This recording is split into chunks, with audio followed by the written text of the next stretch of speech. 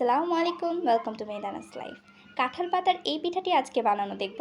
এই পিঠাটি যদি আপনারা একবার বানান, বছর জুড়ে এটা সংরক্ষণ করতে পারবেন এবং মাত্র 3টি উপকরণ দিয়ে এই পিঠাটি বানানো সম্ভব। এই পিঠাটি বানানোর জন্য প্রথমে আমি চালের গুঁড়ি নিয়ে নিচ্ছি। 2 কাপ পরিমাণ চালের গুঁড়ি আমি খুব ভালোভাবে ছেঁকে নিচ্ছি।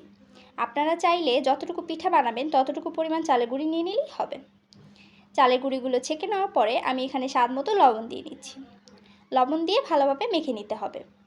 এরপর আমি এখানে দিয়ে দেব কুসুম কুসুম গরম পানি। অল্প অল্প করে পানি অ্যাড করব এবং আমরা মাখতে থাকব। একটু সময় নিয়ে মাখার চেষ্টা করবেন।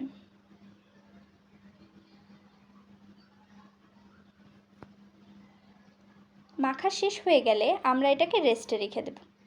20 মিনিটের মতো রেস্টে রেখে দিলেই হবে। এরপর আমরা যে চালের গুঁড়িটা মেখে নিয়েছি সেটাকে 3টি ভাগ করে নিচ্ছি। একটি ভাগ আমি সবুজ রং করছি, একটি কমলা এবং একটি সাদাই রাখছি। আপনাদের হাতের কাছে রং থাকলে আপনারা দিতে পারেন, কিংবা এই পার্টটি স্কিপ করলেও হবে। দেখার সৌন্দর্যের জন্য আমরা কালার দিয়ে দিচ্ছি। আমাদের মাখা হয়ে গেছে। এরপর আমরা পিঠাটা বানাবো। পিঠাটি বানানোর জন্য আমি একটি দুধের প্যাকেট একটু করে কেটে নিয়েছি মাথাটা। এরপর ঠিক এভাবে যেরকমভাবে কাঁঠাল পাতাটা ঠিক সেরকমভাবেই আমি পিঠাটি তৈরি করছি। এটি খুবই সহজ একটি প্রসেস, একবার দেখলেই আপনারা করে নিতে পারবেন। ঠিক এভাবে প্রত্যেকটি পিঠা আপনাদেরকে তৈরি করে নিতে হবে। আমি আপনাদের সুবিধার্থে একটি পিঠা দেখিয়ে দিচ্ছি।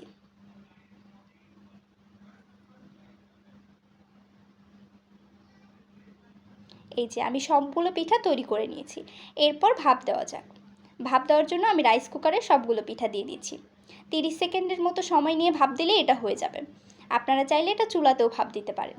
চুলাতে একটি স্ট্যান্ড বসিয়ে তার উপরে আরেকটি পাতিল দিয়ে ভাপ দিলেই হবে।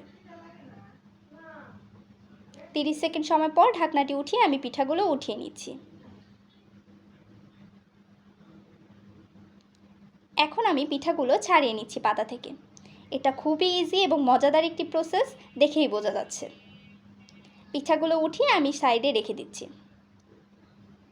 এরপর আমাদের পিঠাগুলো রোদ দিতে হবে।